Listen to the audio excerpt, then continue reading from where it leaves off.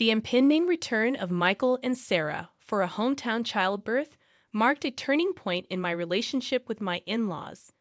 My mother-in-law's frosty voice delivered the news that their arrival was just 3 days away, sending me into confusion and shock. "I have to leave," I queried, seeking clarity. "Yes, we don't need another mother figure anymore. You've been redundant for a while now. Michael and his family will be living here, so make sure you're out by tomorrow," she declared, her words cutting through the air. From the day I married into the family, I never truly felt accepted. Treated merely as a wife, the revelation that I was now deemed redundant struck a painful chord. "Barren failure," she added, blaming me for not experiencing the joys of raising a child. "You should be grateful. We have no obligation to support you anymore. It seems like Simon is tired of you too." The mention of Simon's wariness caught me off guard. I gulped down my saliva, wondering if there was more to this than met the eye. If it wasn't just a conspiracy between my mother-in-law and Michael, then did my husband share their sentiments? I couldn't fathom being driven out, but my mother-in-law had ignited the flames. I decided not to stand in ceremony with my husband anymore. If this wasn't just a scheme against me, then the fate of the house was none of my concern. They would have to face the reality they had ignored for far too long. Personally, I, Anna Thompson, 45 years old, residing with my husband and mother-in-law in a popular area near the station, was ready to move forward. When we initially hunted for a house, the accessibility to the city center made this location ideal. My husband, Simon, 8 years my senior and a divorcee, was particular about the space and rooms. Despite the steep rent, we believed it was worth the stretch. Simon, whom I met through a friend's introduction, enveloped me in the unique kindness of an older man. After 2 years of dating, we decided to get married, undeterred by my infertility due to a past illness. Simon's affection remained unwavering, and he promised to make me happy. To avoid suffocation, we moved to a spacious apartment where I had my own room. Simon's son, Michael, from his previous marriage, turned 10 this year. Despite initial challenges with childcare, Simon's parents have been helping out. When Simon's father passed away, his mother took over as Michael's caretaker. Since our first meeting, Michael had been distant, avoiding eye contact. I attributed it to his shy nature and the difficulties of approaching adolescence. As long as they accepted me as a member of the household, I'd overlooked the subtle signs of unease. Initially, I found contentment in the quiet and refined demeanor of my mother-in-law. When I formally introduced myself after our engagement, she treated me with utmost politeness, leading me to believe that we would get along well living together. I'll continue to prepare the meals as I have been. Simon comes home late, so it's okay if we eat at different times, right, Anna? I'll leave the cleaning and laundry to you. All right, let's work well together, she suggested during one of our early interactions. After marriage, I transitioned from a full-time employee at the pharmacy to a part-timer, aligning with our division of household chores.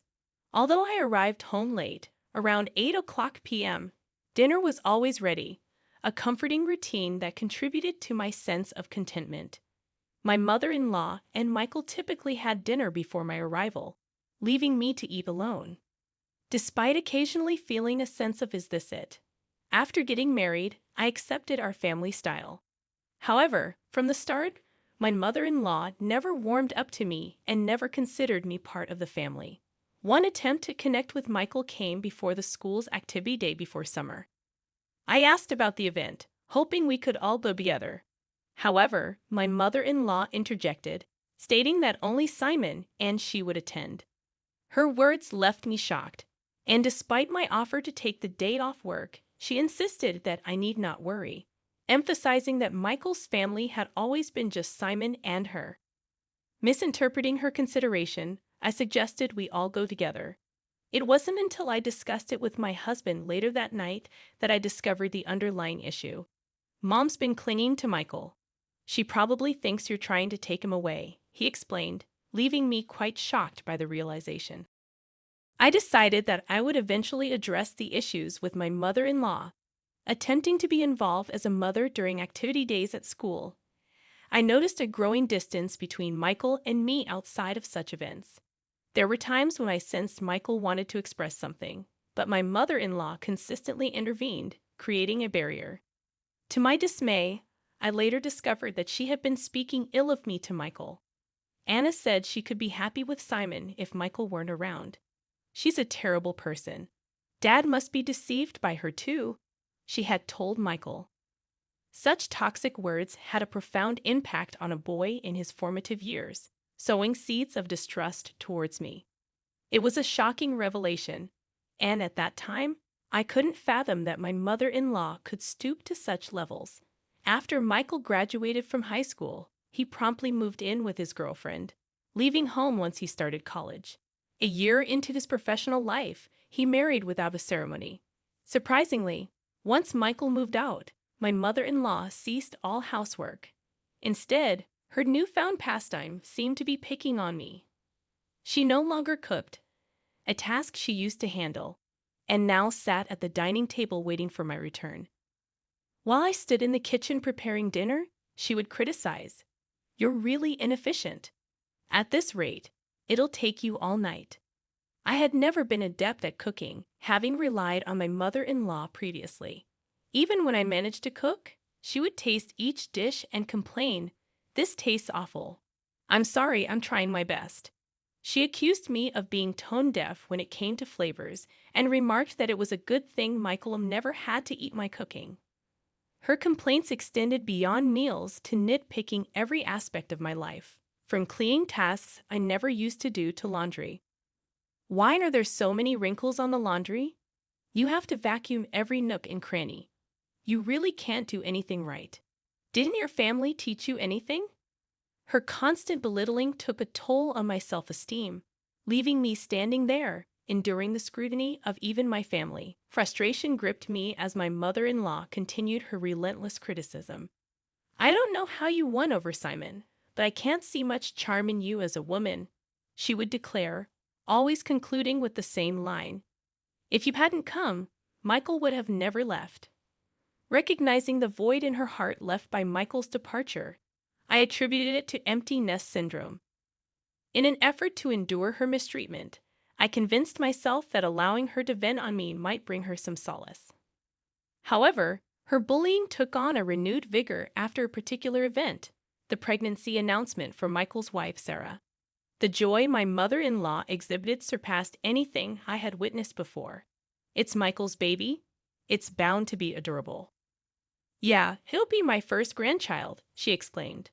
While I shared in the happiness, her excitement seemed abnormal, possibly fueled by Michael's request for Sarah to have the baby at our place. Sarah's family home was an hour away by plane, and with no one else to rely on in the area, they turned to us for help. My mother-in-law, naturally, wouldn't dream of turning down Michael's request.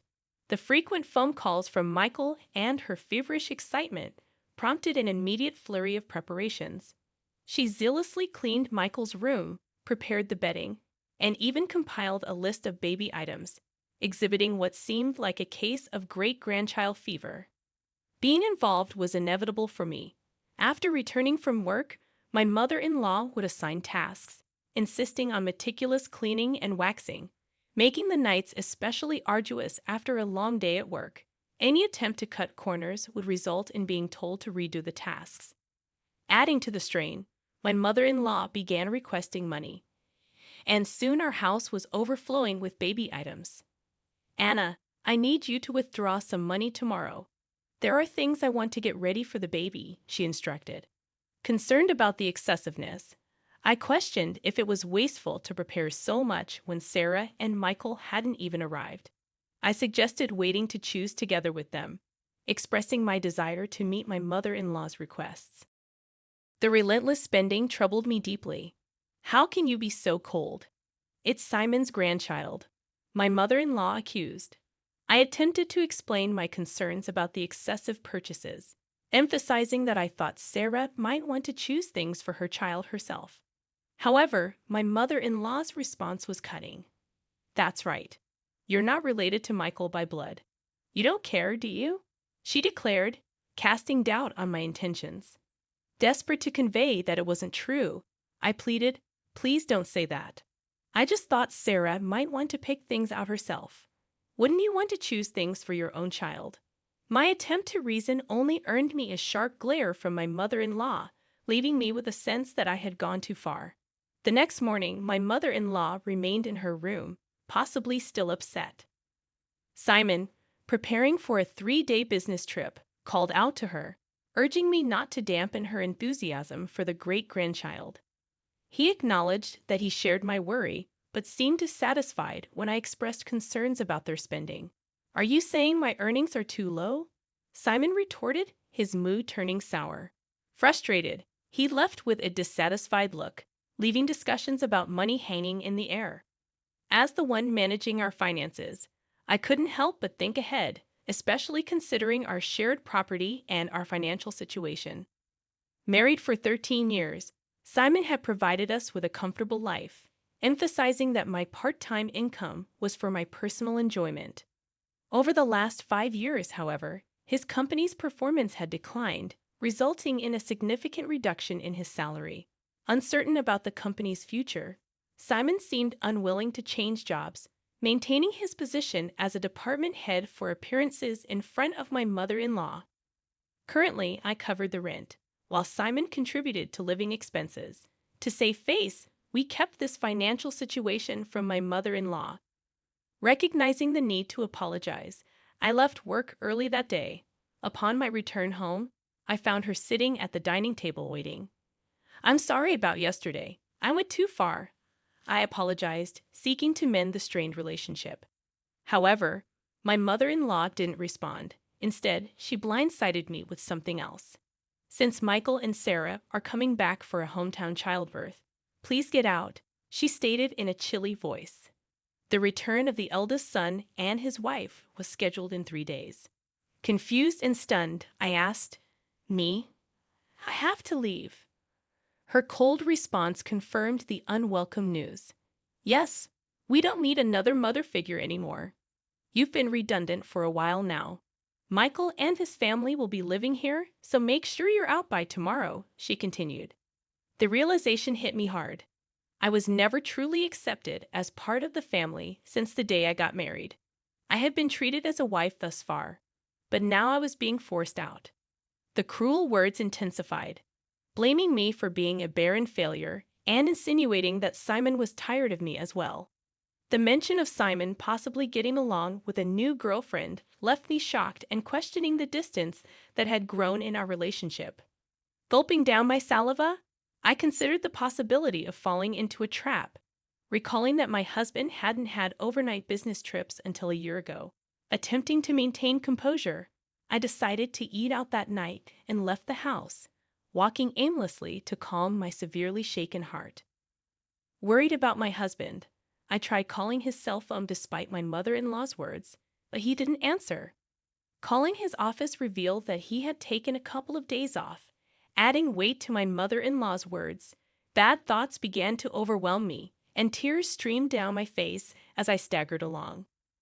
Noticing a tavern behind the station, a place we used to frequent when we first moved there, I went inside.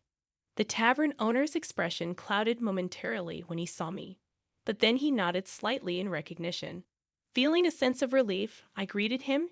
"Hey, long time no see. It's been about 8 years. I used to come here a lot with my husband." The owner, a man of few words, responded with a simple acknowledgement, and I couldn't help but smile, finding comfort in the familiar surroundings. "Can I get a beer and a mixed plate of grilled chicken, please?" I asked, seeking solace in the familiarity of a place that once held happy memories. The tavern owner, a man of few words, brought me a cold beer and grilled chicken, and I took out my cell phone. The screensaver displayed a photo of us from Michael's 18th birthday, both looking sharp in the slim suit we had chosen together. Yearning for a closer family bond, I pondered whether moving out the next day was a viable option. As the day's fatigue was washed away by the cold beer, I searched for moving companies that could assist on short notice and saved 2 junk buyers in my favorites. Changing the screensaver on my phone seemed to clear my head completely, and the beer and grilled chicken tasted exceptional. I decided to contemplate everything once I got home. As I walked away from the tavern, I was startled by a young waitress from the tavern running towards me, asking if I was Mrs. Thompson. Confirming my identity, she shared a startling revelation. My husband was having an affair with one of their employees. Her frankness and youthful sense of justice brought a wry smile to my face. We exchanged contact information, and she promised to keep me informed if anything happened. This unexpected revelation added credibility to my mother-in-law's words. Instead of sinking into sadness, a fiery anger welled up within me. It was time to confront the truth. Determined to confront the situation head-on, I booked an appointment with one of the moving companies I had saved earlier. If it wasn't just a conspiracy between my mother-in-law and Michael, then I saw no reason to continue honoring my husband. The thought of being driven out seemed foolish, and I resolved to go all out and put an end to this chapter of my life. But it was my mother-in-law who had sparked this. Whatever becomes of this house now is not my concern. When I got home, I packed my belongings until midnight without hesitation. The moving company I had booked for exactly 2:00 p.m. arrived on time. I'm moving out today. The movers are coming, so I'll take everything I bought with me.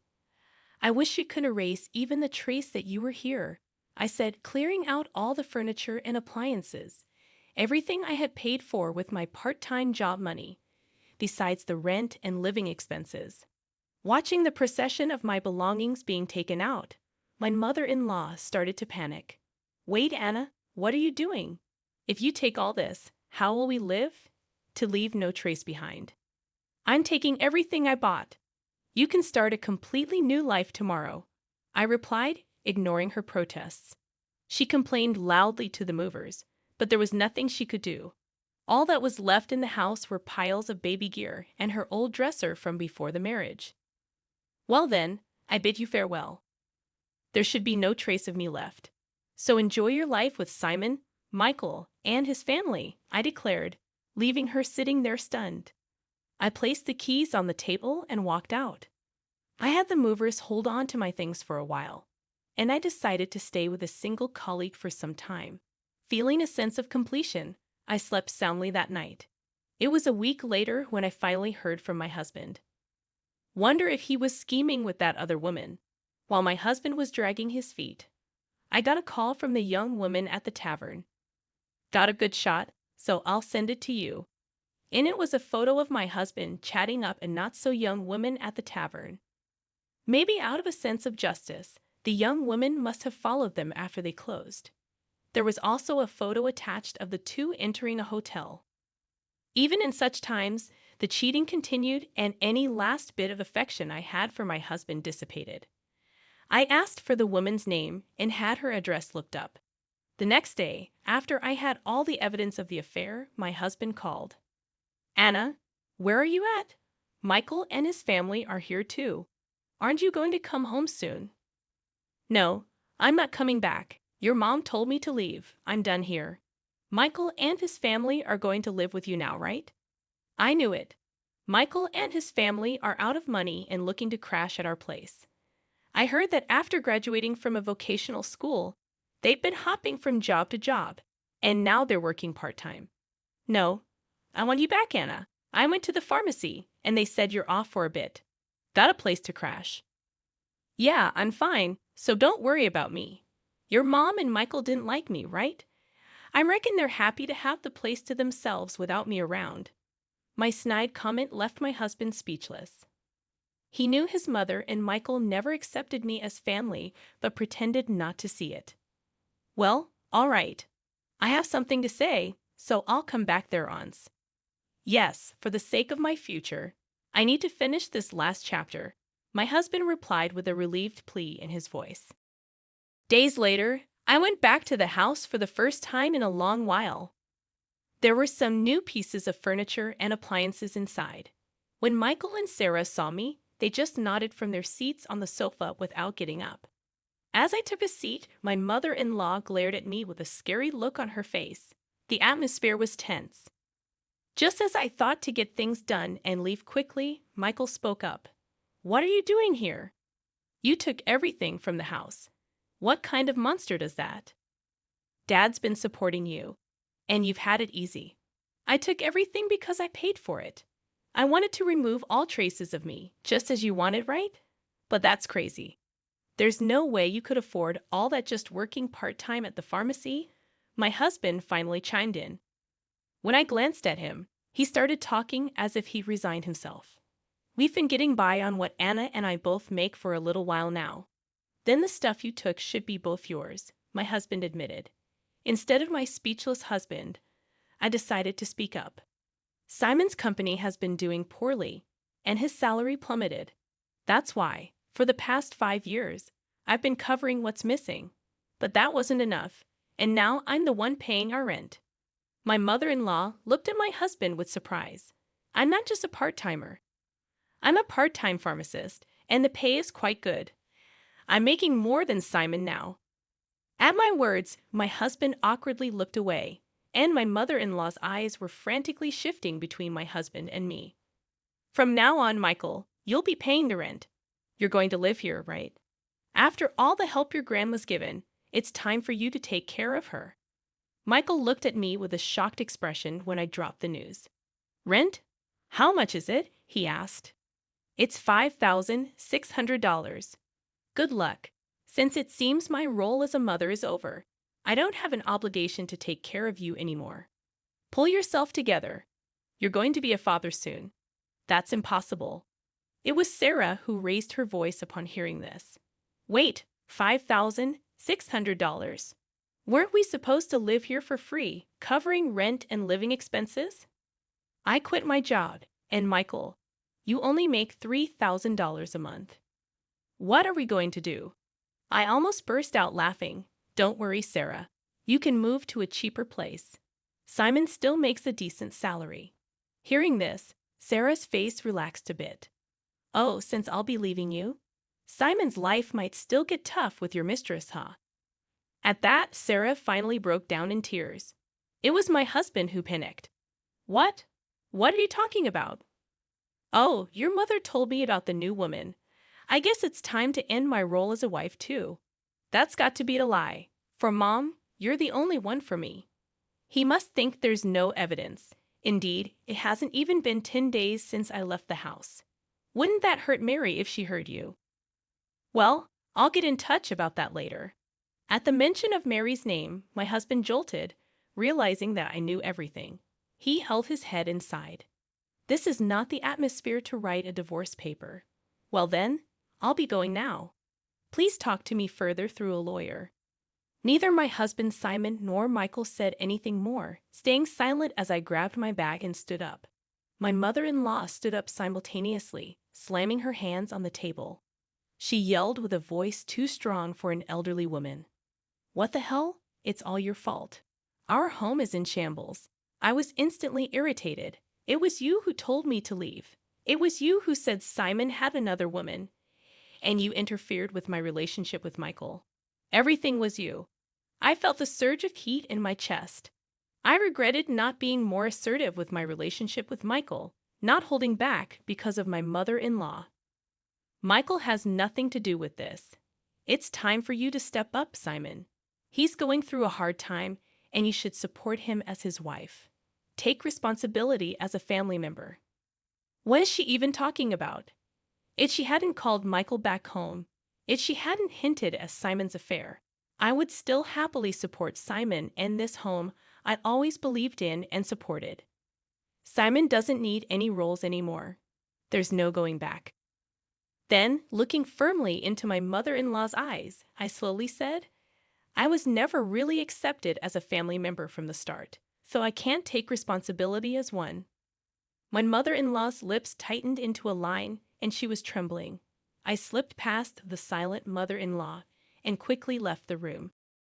Afterward, Simon agreed to the divorce rather easily. It seems my determination was strong, and he couldn't counter the evidence of the affair. Shortly after, it seemed like they started the process of moving out of the apartment. In the end, Michael and Sarah went back to their apartment and never lived with my mother-in-law. Simon seems to be considering remarriage, But Mary was furious over the alimony and his request for her to live with his mother. I've heard they're considering whether to place my mother-in-law in a care facility. After all the love she poured into her son and grandson, it's somewhat sad to think they're ready to abandon her now. Perhaps she's served her purpose too. If my mother-in-law had said nothing back then, and it had just been a simple trip home for childbirth, maybe we would still be living together. After the divorce, Michael sent me an apology letter. He wrote about how, as a child, he really wanted to be more spoiled, how he couldn't talk to me because his grandma disliked it, and how happy he was when I attended school events. Maybe I should have reached out more. Perhaps then we could have built a different relationship. Even though our relationship has ended, I quietly pray for Michael's happiness in life. I've returned to work as a pharmacist and quickly rented an apartment close to my workplace. I don't feel good about keeping the furniture and appliances I took with me, so I had them all picked up and disposed of by a junk removal service. Life without my mother-in-law's harassment is peaceful and comfortable. For a while, I want to live for my own happiness, not someone else's.